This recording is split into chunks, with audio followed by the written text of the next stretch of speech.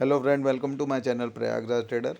Friend, 21 June को bank Nifty में कहाँ ट्रेडिंग की अच्छी अपॉर्चुनिटीज़ होगी, इसको हम जानने की कोशिश करेंगे। इससे पहले जान लेते हैं कि हमने पिछले दिन के लिए क्या डिस्कशन किया था, मार्केट ने उस पर कैसा रिएक्शन किया।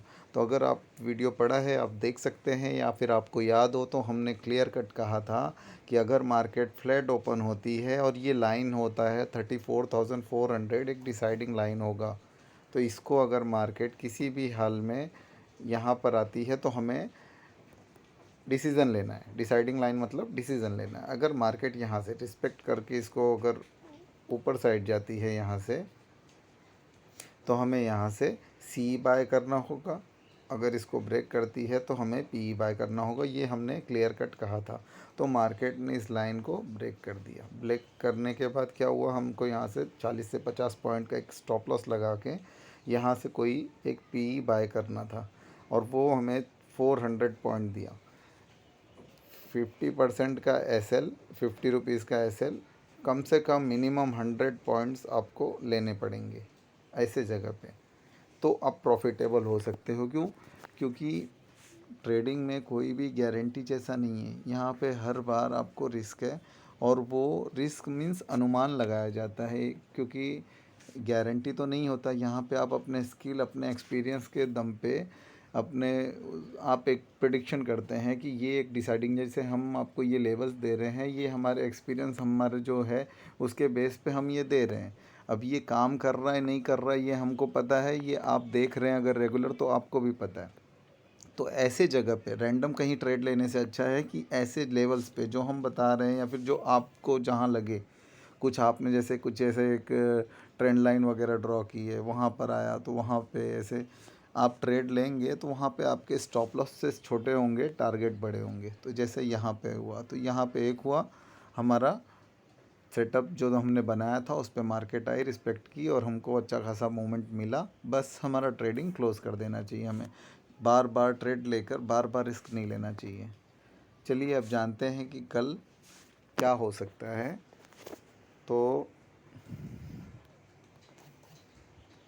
देखिए मार्केट ने क्या किया, जहाँ ओपनिंग दी थी वहाँ से गिरी, और ये वी शेप में इसका रिकवरी दे दिया। वी शेप में मतलब नीचे जाने को मार्केट तैयार नहीं है। तो ज़्यादा चांसेस हैं किसी ने अब जो दिया है, अगर इस लेवल को 35,800 के, ये जो टॉप है, इसको अगर मार्केट ब्रेक करेगी, आप मार्क कर लीजिए। इसको मैं हॉरिजॉन्टल लाइन लगा के आपको बताता हूँ कौन सा है ये लेवल। ये जो लेवल है, अगर कल फ्लैट ओपन होती है मार्केट, इन रेंज के बीच में है 34,400 से 34,880, इसके रेंज में है, तो हम प्राइस एक्शन देखेंगे, उसके हिसाब से फॉलो करेंगे। और ये ट्रेंड लाइन है, अगर ये फ्लैट ओपन होके इस लेवल के पास आती है, इस लेवल के पास आती है, तो यहाँ पे हम एक छोटा सा पी, मतलब स्कैल्पिंग टाइप में, अगर सेफ ट्रेडर हो तो प्राइस एक्शन देख के करना। प्राइस एक्शन मीन्स थोड़ा देर अगर मार्केट एक रेंज बना रही है, उस रेंज को ब्रेकआउट दे रही है, तो आप उसके हिसाब से ट्रेड ले सकते हो। या फिर ये ट्रेंड लाइन के पास आती है, यहाँ पे एक देखिए, अगर इसको ब्रेक करती है तो सी, इसको यहाँ से रिस्पेक्ट करती है तो यहाँ से एक पी बाय करने का मौका मिल सकता है। 4,000 पे आएगी तो इस बार थोड़ा 4,000 को अवॉइड करना, क्योंकि इसने 2 बार इसको एकदम फास्ट मूवमेंट में इसको ब्रेक किया है, तो शायद ये उतना काम ना करे। तो अब हमें हमारा जो रेंज होगा ट्रेडिंग का, वो ये होगा 34,800 ऊपर साइड।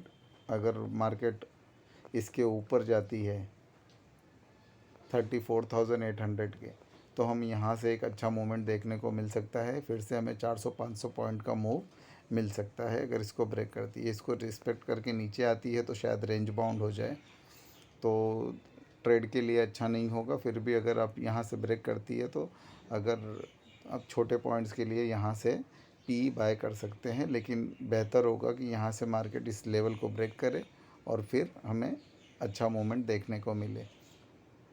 ये फ्लैट ओपनिंग में अगर गैप अप ओपन होता है इस लेवल के ऊपर तो श्योर यहाँ पे एक बार डिप लेने दीजिए और यहाँ से एक सी बाय करिए।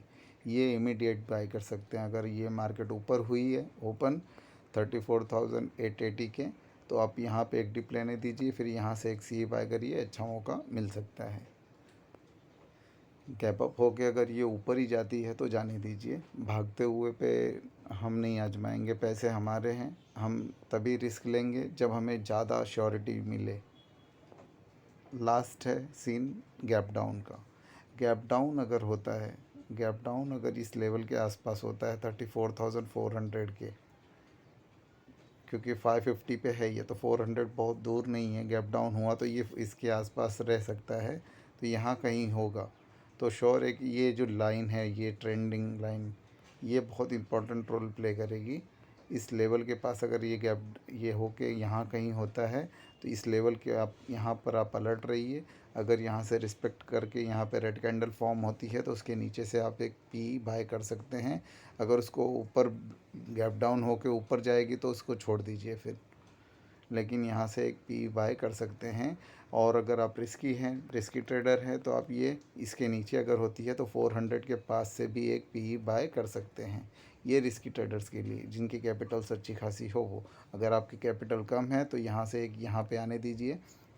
देखो, रिस्की ट्रेडर मीन्स जिसकी कैपिटल ज़्यादा है वो बेयर कर सकते हैं थोड़े बहुत लॉसेस को, लेकिन अगर आपका कैपिटल कम है तो आप कम ट्रेड लीजिए, लेकिन शॉर्ट ट्रेड लीजिए। ज़रूरी नहीं है कि रोज़ आपको ट्रेड मिले, लेकिन आप अपने सेटअप का वेट करिए।